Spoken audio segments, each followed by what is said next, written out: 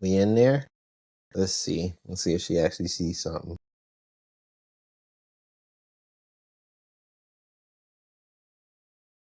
Okay. She says she can see and hear. Can you see She and can hear me? see and she can hear. You can see and hear me? You see me? Can't you see me? Can you hear me? Can you?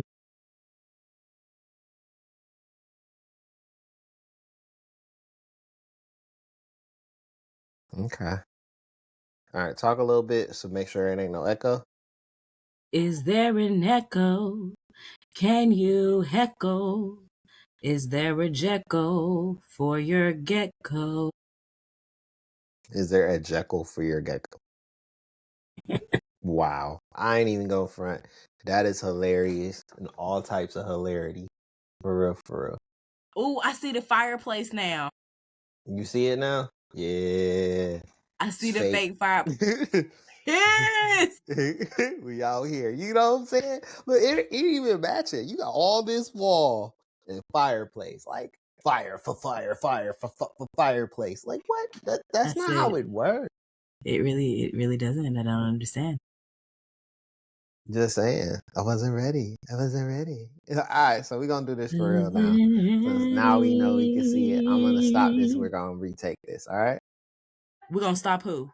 Oh, No, you know what? We're not gonna stop. We gonna just get it in I because was we about to was say we already can here clip and testing. dip whenever we need to clip and Exactly. dip. Yeah, Why we can would we always start? cut. We can always cut and go around it. So that's it. That's the way it's supposed to be done. For real, for real. Exactly.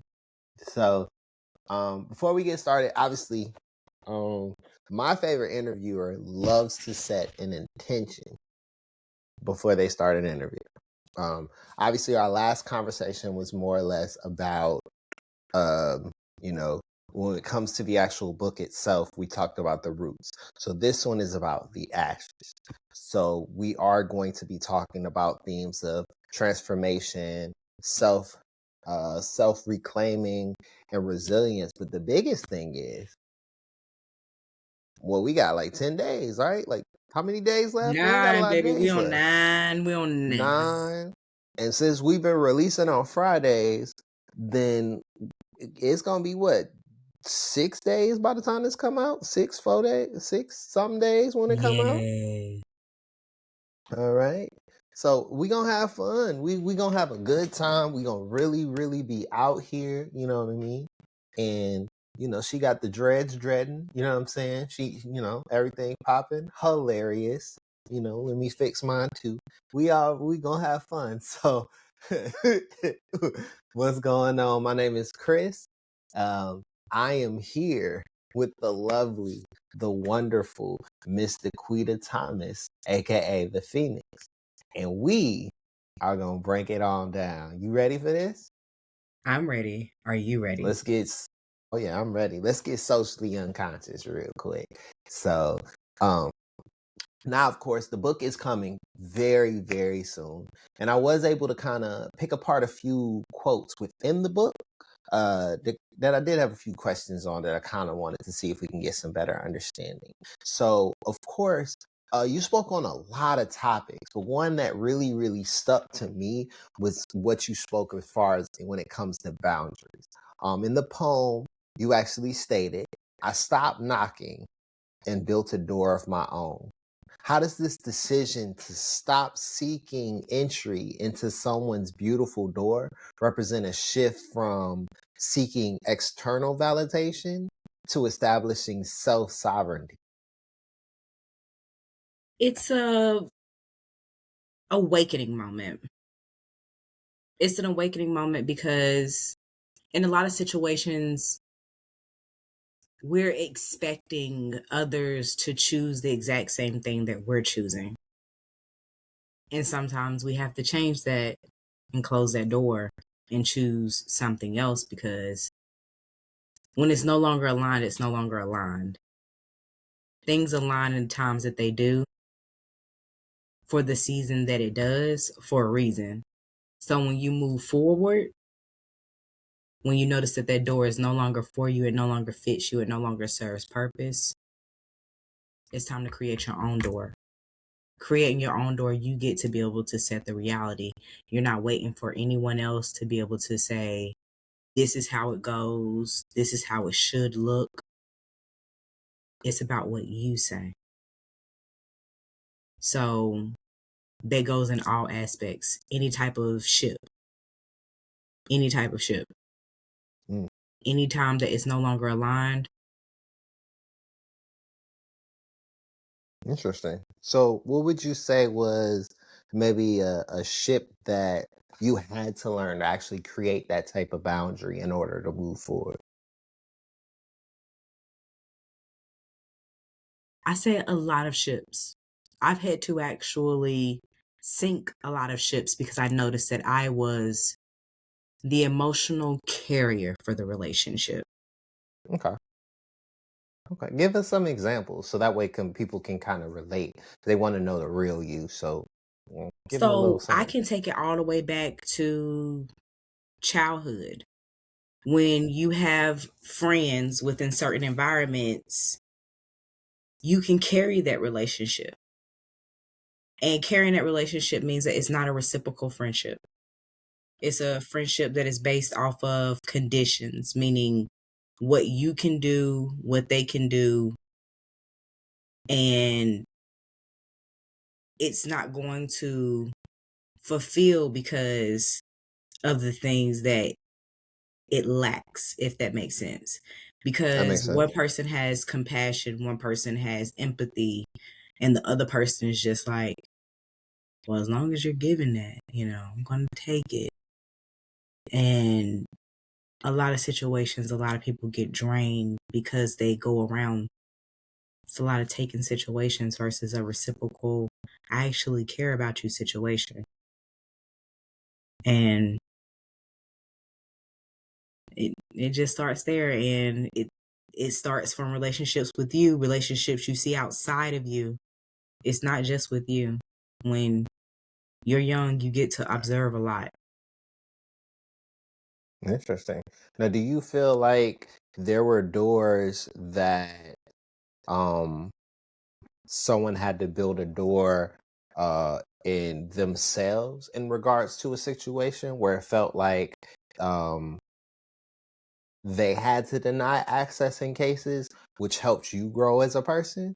Like, have you ever noticed the shoe on the other foot in terms of this particular boundary situation where a boundary was set that maybe you didn't understand at first, but now in your growth, you're understanding now? Yes. Yes. I've had a lot of situations where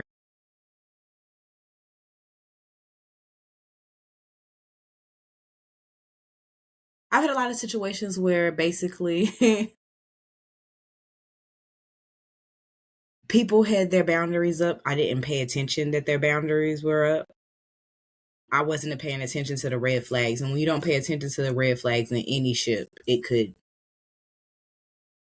either, put a hole in it, or I don't know. It's just like, I know this is like a crazy topic when you all break it down.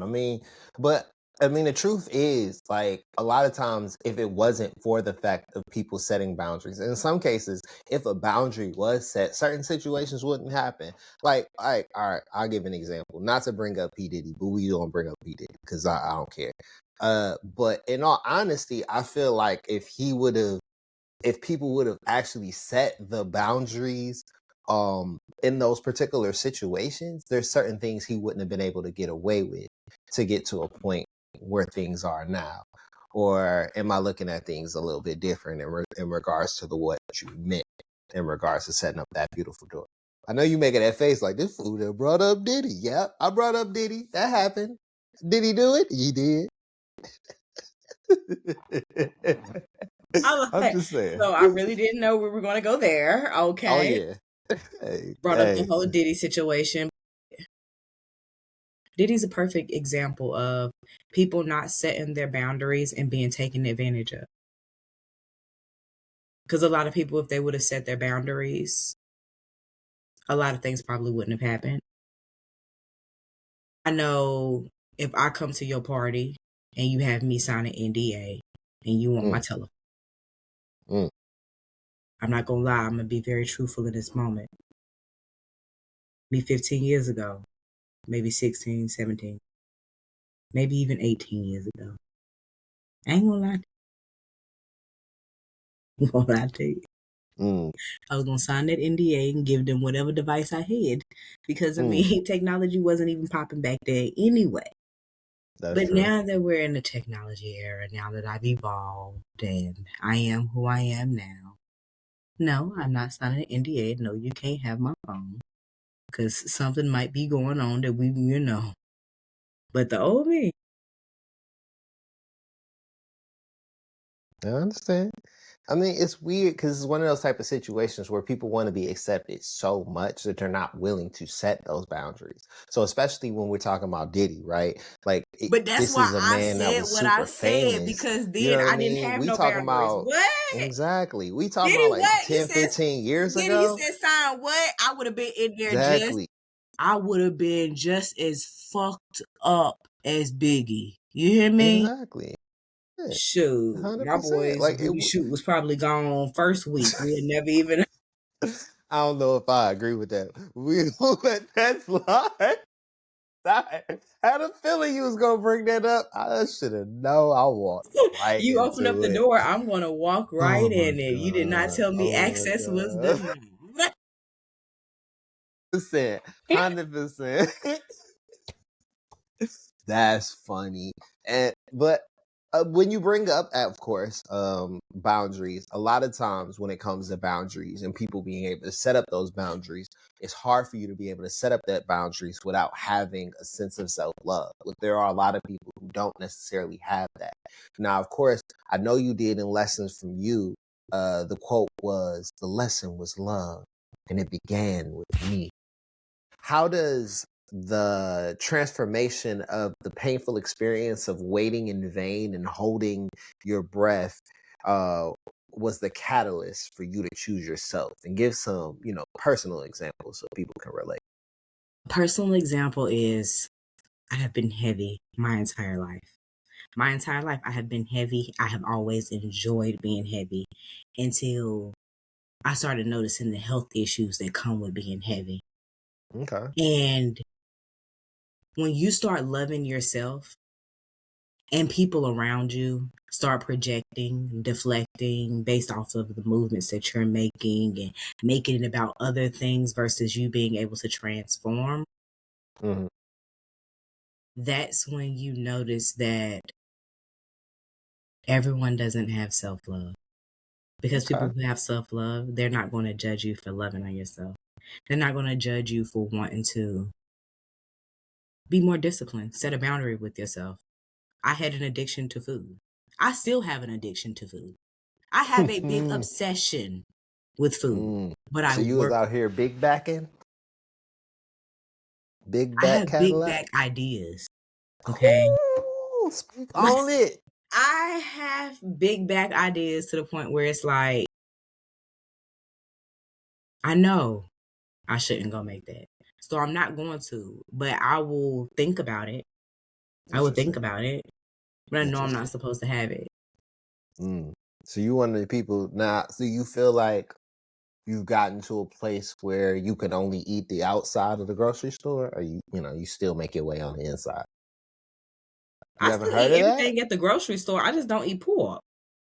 Understandable, because I some don't people eat they pork, believe. and I done vegan, but I ain't gonna lie to you. When you go vegan, then you touch some meat and then you're back on the meat end. So you might as well Pause. just No, make just it play. versus. You gotta hit him with a camera out every now and then. I'm just messing with you, but I feel you. Go ahead. Vegan But meat. I'm just saying that basically it's like change your lifestyle. Change your lifestyle, change yourself to be a better version of you. So it's not something that you have a scare with. You shouldn't have a scare with your health in your 30s. That's not normal. That means you're lacking self love. And to lack self-love allows so many other people in relationships to be able to take advantage of you. So me noticing that in a lot of situations I was being manipulated, a lot of situations I was being taken advantage of, because anytime I started pouring into me, it was a problem. Could have probably started a riot. But at the end of the day, me choosing me versus choosing what anyone else has to say versus what anybody else is feeling. Because I was comfortable in my size 22, but I feel more confident in my size 10. Interesting. I was confident in both, but to know that my knees not going to give out when I go running with my daughter, to know that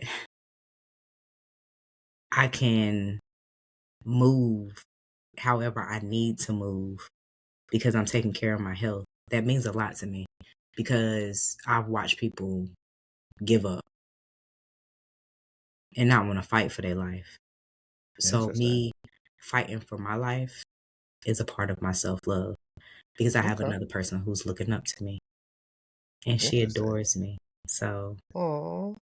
I want to be the best version of myself so that she can be the best version of herself.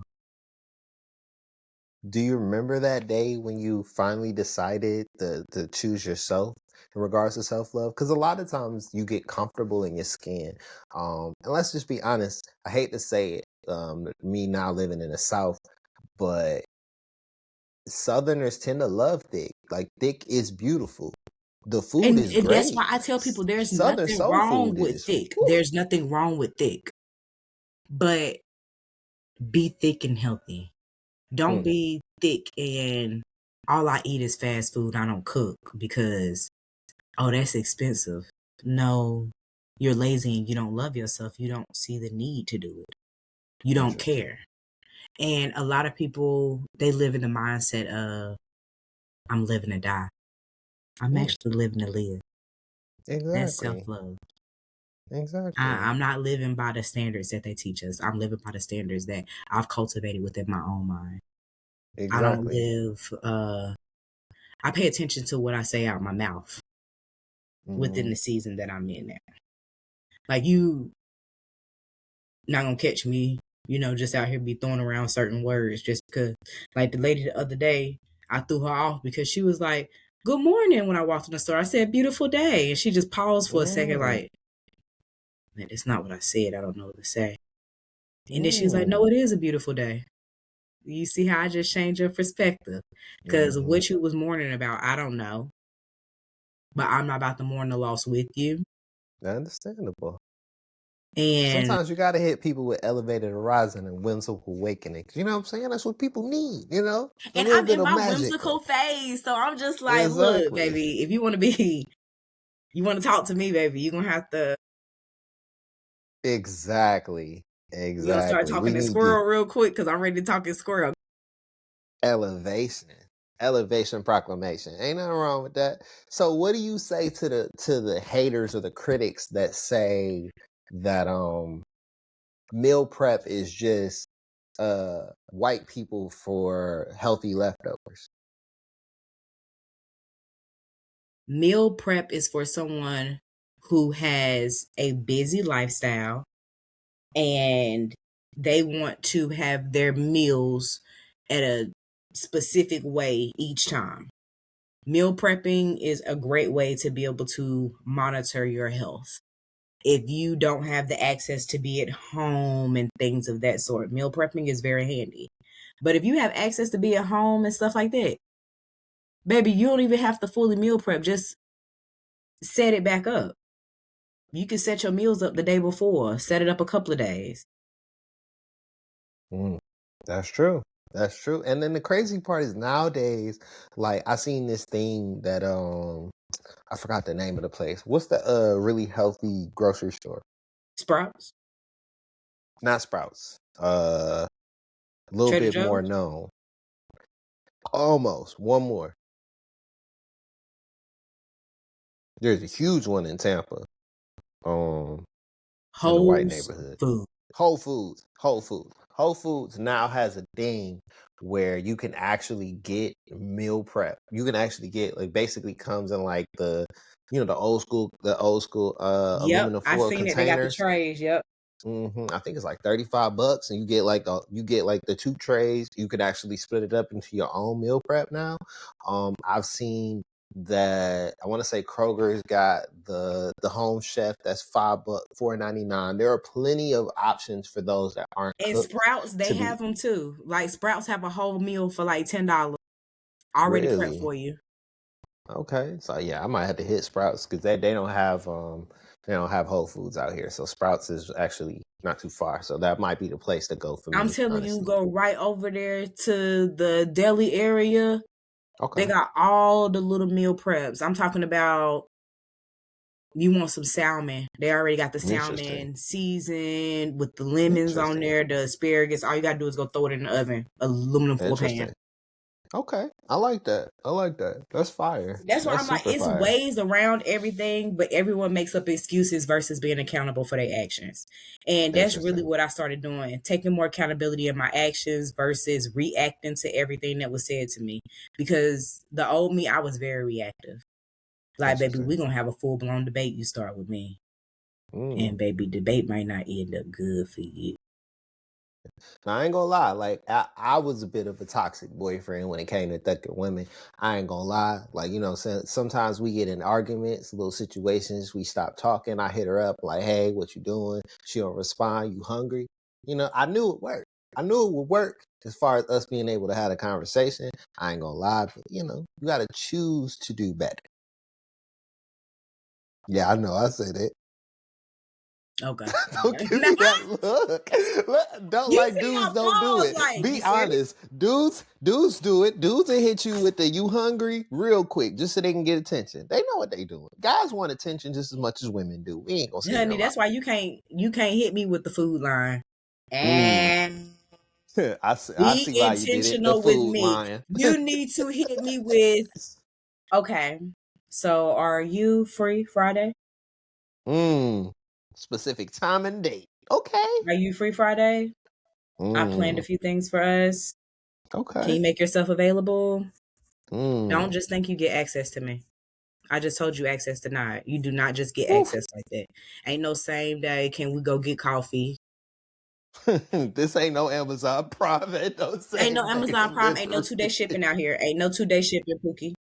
Ain't none. Hey, I have so many other things going on in my life. And if you want me to stop everything for you right now, and you don't move right in now. that same energy, Yes, ma'am. you already know you cut. Ain't no secret Santa out here. What are you looking for? Ain't no secret Santa out here. I feel Ain't you on no that one. secret Santa. All Ain't. kids know who Santa is, and if they don't, You right about that. That is 100% true. You are 100% right about that one. All right. Well, now another one of the hard lessons, kind of shifting gears, is and I feel like you kind of spoke on it a little bit, but it's vulnerability. In No Title Needed, you stated, "Because even grief has a voice, and this time it's mine." Um,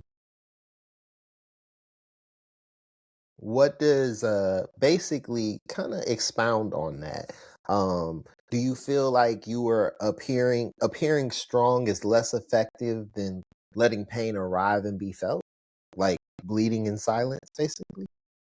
I was definitely bleeding in silence. I didn't let anyone know that anything affected me when it did. I threw myself into work, and that was the self-love neglect, because I'm throwing myself into things versus allowing myself to experience and feel the pain of the loss, understanding that it's not an actual loss. It's a gain and a loss. Yes, I lost them in the physical presence, but I didn't lose them within the spirit. But within the energy that I was in, I was looking for more of physical connection versus that spiritual connection. So once I became truly whole within myself, I could actually grasp the fact of I didn't lose anyone. I gained more than I lost. I've learned so much more because I never really told too many people this story, but I'm just going to tell you. I wrote down a list Okay. in 2023 after I lost my grandfather of things that I wanted to overcome. And I put it in the back of my Bible. And I started reading the Bible from the beginning to the end. Interesting. By the time I got to the end of the Bible, I could check off the list of everything that I put in the back of that Bible. That was overcoming my fear of losing people. I lost my brother to suicide. I had to overcome the fear of holding on my addiction to cigarettes. I started smoking cigarettes at like 12. Yeah. So to be able to tackle these battles back to back, it was just like, it was cool for the moment, but it's not anymore. I had to overcome my addiction to ecstasy, my addiction to cocaine. Like, I literally had to overcome so many things, and I would be open about it. And I would be open about it with people who I were close with, but versus them giving me embracing, they judged me. And it showed me a lot within those moments, because in your most vulnerable moments is when you expect people to embrace you, not judge you. Interesting. Now, I hate to say it. Unfortunately, when it comes to Black culture, being vulnerable is something that is more or less shot upon. You even stated, of course, in Inside, you actually stated a lot of people aren't vulnerable enough to want to get the wisdom. What do you feel is people's biggest fear about being vulnerable? You actually seeing exactly who they are. Mm, A lot of people give off a representative. They give you what the world expects of them versus giving you who they are. interesting. And is it more or less the fear of how people will be able to see it, or is the fear of them looking themselves in the mirror? Their vulnerability, looking yourself in the mirror, being okay with every aspect of yourself, being able to forgive yourself for everything and forgiving everybody else for everything. That's real, authentic vulnerability, because everyone makes mistakes. We can't badger anyone for making their mistakes, but we can congratulate them for changing their actions, because that's what truly matters. Are you looking to be better or be the same? Staying the same is just that easy. That's true. And, of course, my condolences on your granddad as well as your brother, by the way. And I understand, of course, this is a difficult question. It's totally understandable. But of course, a lot of people do fall victim to having those suicidal thoughts and things of that nature where they're not ready to be vulnerable. How are you, as a friend or a colleague or someone who sees that, how do you show people, more or less encourage people to open up their silenced voice and their fractured self? You have to give people open space. You have to give them a safe space. A lot of spaces that were supposed to be safe didn't feel like a safe space. So that forced people to keep themselves captured, if that makes sense. Because when I grew up, the saying was, what goes on in this house stays in this house, where Yes. somebody need to talk about something. Mm. Somebody need to speak up about what's going on. Because when I was younger, because I was so heavy, I grew up predominantly around white folks. Mm. So I felt like there was a slight image that I had to keep up to an extent. So I went through basically the food issues because I told you I have an addiction to food. And I used to wonder why did they make up these certain movies and stuff like that on Lifetime, but it's like they knew what us little girls were going through. We're trying to keep up with our parents and stuff like that, so we'll go scarf food and then go throw it up. And it's hard to say, but it's like my brother witnessed me trying to kill myself throughout high school, and then he drops out of high school and takes his own life at 19. What people fail to realize is a lot of things are a reflection of us. And when I say a reflection of us, when you're around people who try to harm themselves over and over and over again, and you mentally can't break out of that cycle yourself, it's going to be a shut door. No one can open that door back up once certain decisions get made. Only God can open them doors back up. That's true. Do you feel like for people just diving into the book, obviously it's not out yet. Of course, it is available for pre-order, which we will leave the link in the bio. But do you feel like there's a particular poem where you feel like you are being your most vulnerable self in regards to certain situations? I'm not sure if you mentioned anything in regards to your brother or anything like that. So I actually have dedicated poems. So I have buried my family since I was 5 years old. My first burial was my great grandmother at 5. And that's back when they were still doing the blood removal and the embalming fluid at the funeral. So you're literally getting to see the green go in and the red come out while the funeral was going on. That was my very first funeral. She passed away Halloween in the 90s. So from her funeral up into today's date, burying my grandparents on my mama's side, to my brother, to my daddy, to my best friend, to my little cousin, I can truly say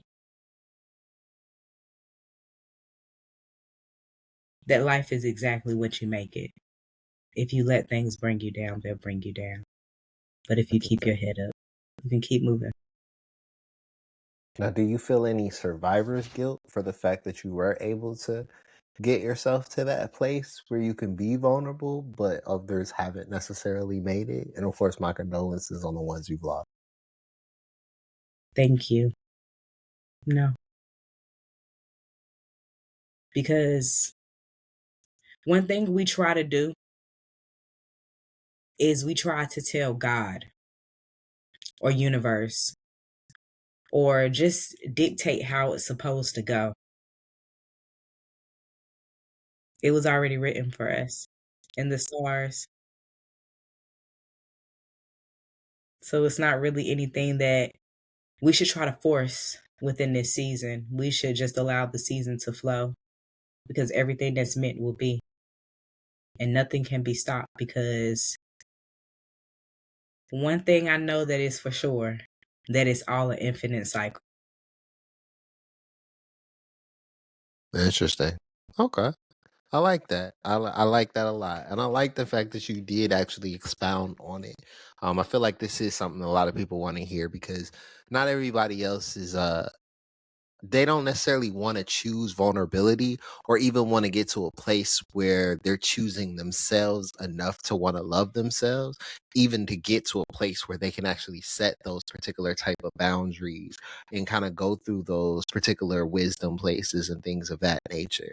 But the fact that you are, willing and giving people ways that they can kind of get into that, then definitely it kind of showcases some big things. Now, the crazy part is I know last time we spoke, in regards to you growing up in Greensboro, and of course I know the whole Gucci Mane LaFleur era that you were living in.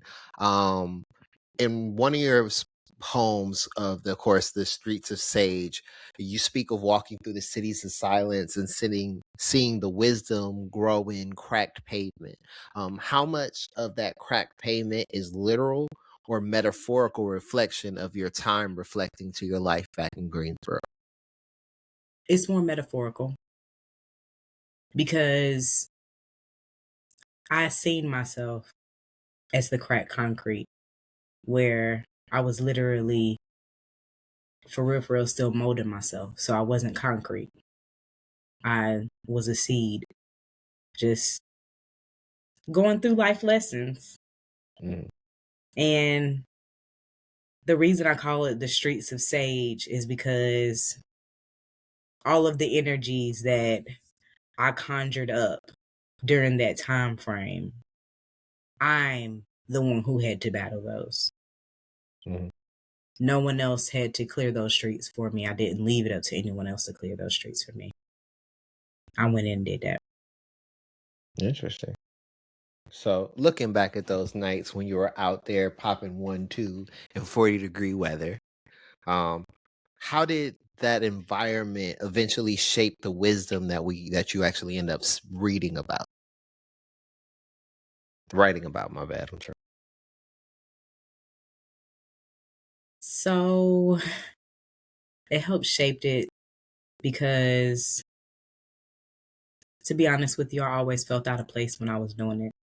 It was more of I was enjoying the experience.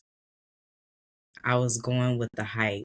When it was over, sometimes I'd be like, so it was a good time, but what did we gain from it? Interesting.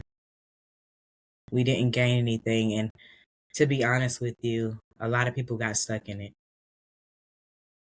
A lot of people didn't get over it as quick as I did.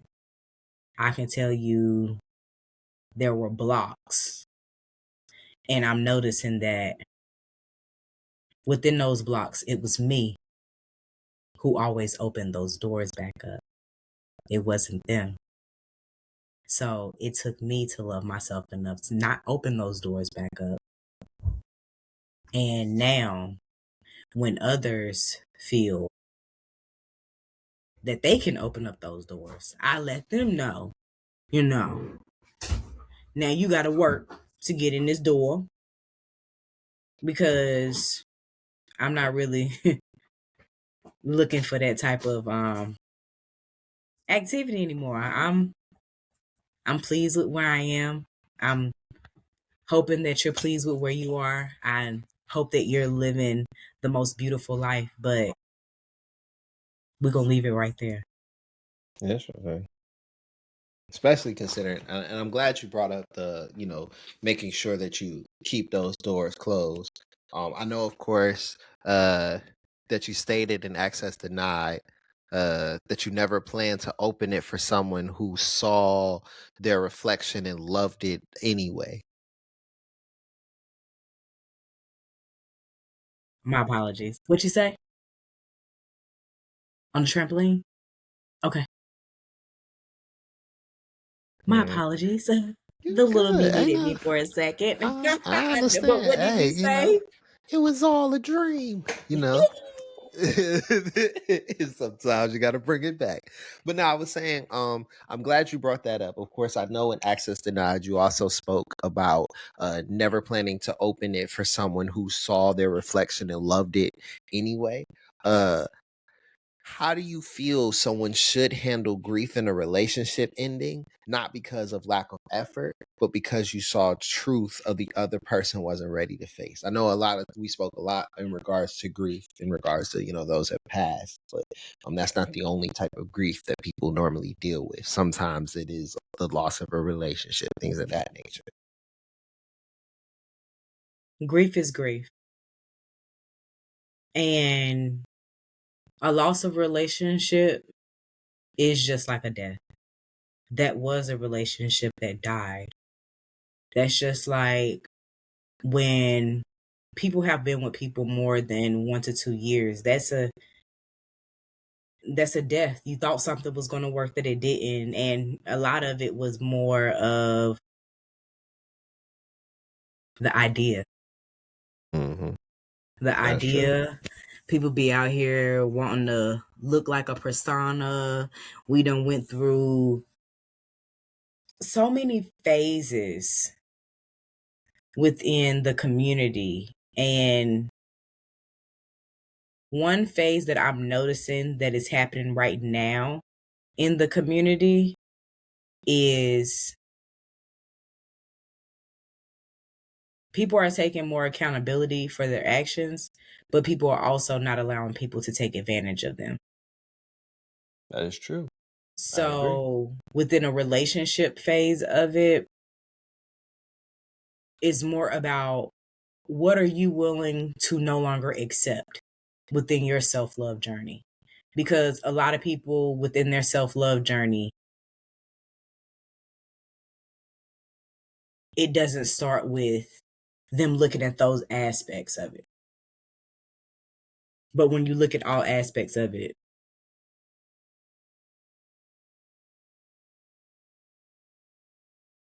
Sorry for my brief. I'm over here trying to charge this phone because I don't I was want it about to to say, is your die phone on about us. to die? Yeah, nah, I know, right? See, we having such great conversations. I'm out here, you know what I'm saying, getting depowered. You know, they trying to, you know, they trying to take the phone away from us. You know what I'm saying? That's what they do.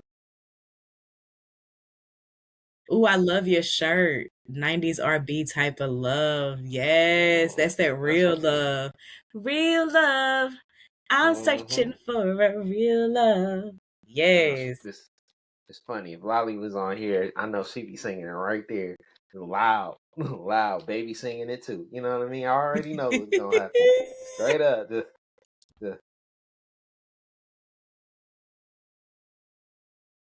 oh yeah, I can hear Yes, her go singing it ahead. too. I hear I can you. sing her. I can hear her high pitch vocal cords. You know what I'm saying? I'm not even mad at it though. So yes, yes, yes, oh yes. You know what I'm saying? Like we in church. Um, uh, now of course, last time we spoke, we did speak about your poetry for the first time in front of that loud crowd where you felt that you were naked in a room for everyone. And them hearing their deepest, darkest secrets. How does that public vulnerability help heal private losses you've experienced? It breaks something open in you. It's like you're butt naked in front of everyone. It's like if I could do that and talk and say what I just wrote in front of all of you about something that was,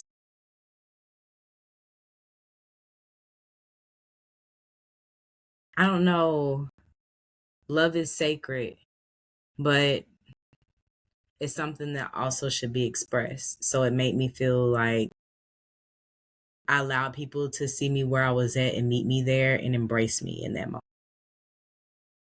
versus hiding it and keeping it to myself. I love that. I love that. I do. I do. Well, you know, we had a lot to talk about this time. This one is definitely a lot longer.